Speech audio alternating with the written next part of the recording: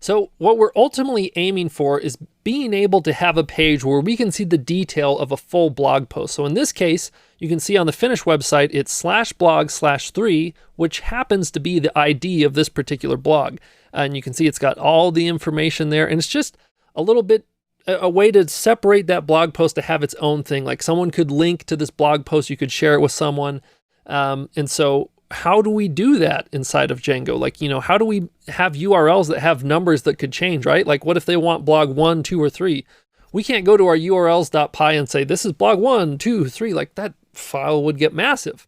So what we need to do is go into the urls.py for blog. Make sure you're inside of the blog app, okay? And I'm not even in the blog app. Here we go. I want this urls.py. Again, I need to close out some windows. And what I'm going to do, right now we just have one for the home page of the blogs. Let's go ahead and make one so that when someone says blog/3, for instance, like we had over there, that we can actually see what blog post it is that they're talking about. So I'm going to copy the path that we have, go ahead and paste it down below. So we're hoping to have something like, 3 here. And instead of all blogs, I'm going to have this be called detail. And the name here is just going to be detail. All right, so with this in place, how is it that we can take a custom number rather than just always the number 3? Because like if we did this, we'd have to copy and say, here's what happens if they do it for 1, then 2, then 3, and it would get nasty. Instead, what we do is inside of these quotes, we're going to do an angled bracket, and we're going to say int : and we're going to say blog_ID, and then we'll do an ending slash here. Now, what the heck just happened? What is this? Basically, this says when someone comes to this urls.py file, which they come here if they did a /blog, it's going to say, is there any path in this URL that is an int? And there's different options you can put here. Like you can do string for this one. There's another type that's called slug. You can look at the Django documentation, but this says if anybody enters a integer after blog, I want you to represent that integer with the name blog ID and then pass it forward to this detail. So let me just show you. If we now make a function with the name detail, so I'm going to go to the views, make a new function here. I'm going to call it def detail. Not only do I have request here, but also I pass in the name of whatever variable name we gave here. In this case, blog ID. So I'm going to copy this, paste that in there, still do my colon. And I've got to do a return, render. We're going to pass in the request. And we got to give some sort of name here. So I'm going to say blog/detail.html. And then I'm going to do comma. And then we'll pass forward, just for the time being, I'm going to say ID is going to be equal to whatever blog ID is. Okay, so we're going to pass forward that piece of information. So if we go ahead and save this, and then we make a new template here that's called detail.html. So I'm going to right click.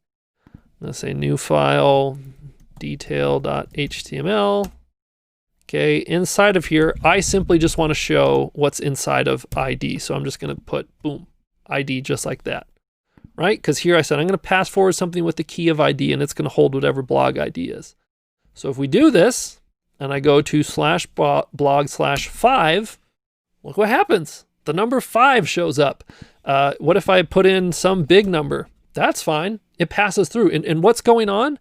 When this URL comes to Django, first, it goes to this top level urls.py and it says, oh, there's a blog inside of it. I'm going to pass it forward to the blog URLs. So then it comes to this URL and it says, okay, there's more than nothing there. In fact, there's a number there. So I'm going to pass this forward to detail. So then it goes to the views and it says, okay, here's detail and the blog ID, the int that they passed in.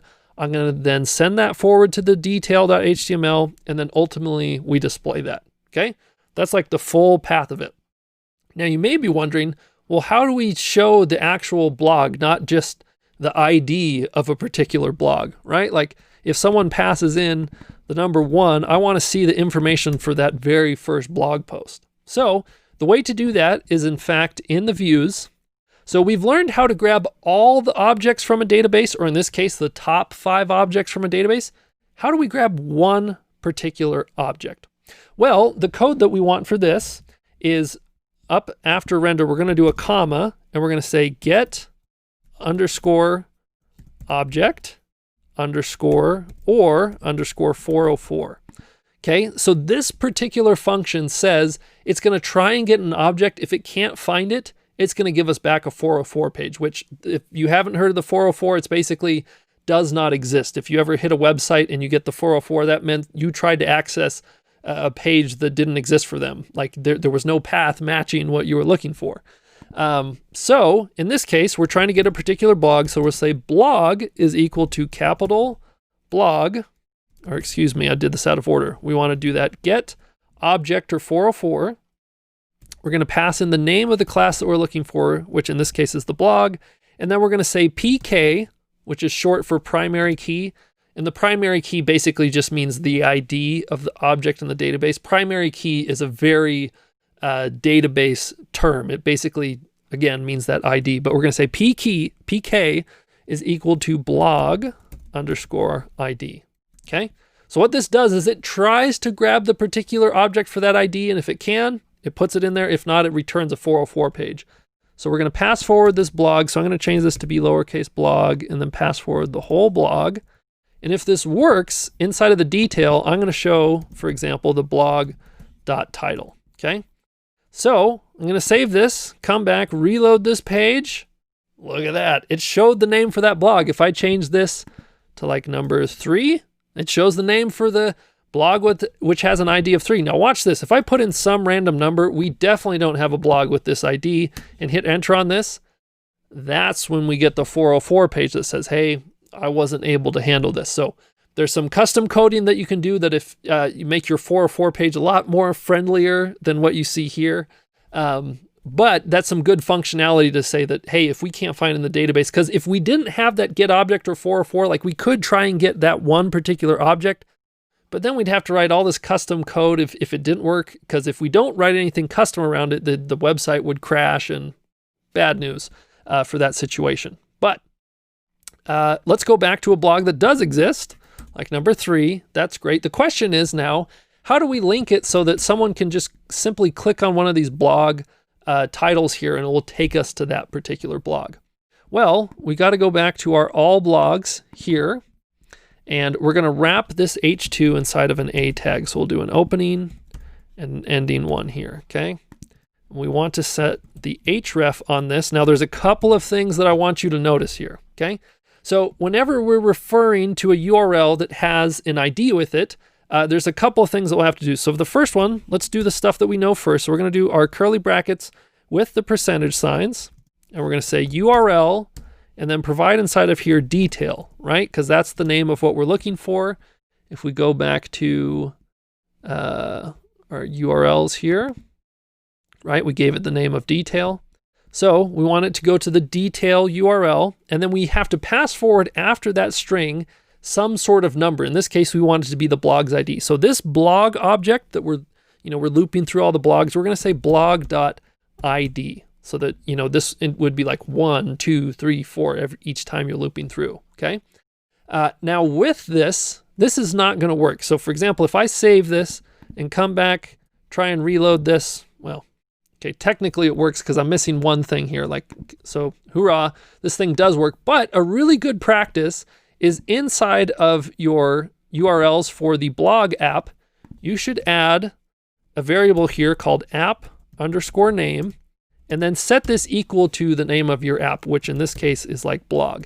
So if we do this, and then I go back and try and reload this page, now I get an issue because it says, hey, I don't know what you're talking about here. And the way to fix this is we've got to go back to our all blogs and say now blog : and then have the detail there. So then if we reload this homepage, now this will work. So you may be wondering, why did we go through this extra step? Well, it just kind of goes with that idea that you could have a website with lots of different apps. Like, let's say you had a detail page for both blog and portfolio. If they had the same name, Django would just pick the first one that it found, which may not necessarily be the one that you wanted it to. By specifying here the app name of blog, then anytime we want to reference one of these URLs, we have to say blog, colon, and then that particular name. And it just keeps things that much safer. All right. So I know this has been a long website, but it's just getting that and that much cooler. We have a little bit of styling and functionality to add here. So there's just a little bit that I want to add before we get into Bootstrap. So we're going to walk through that. It's just a little bit of polish, and then we'll go into Bootstrap and make this thing look beautiful like we saw over here. I mean, beauty's in the eye of the beholder, but I really like this.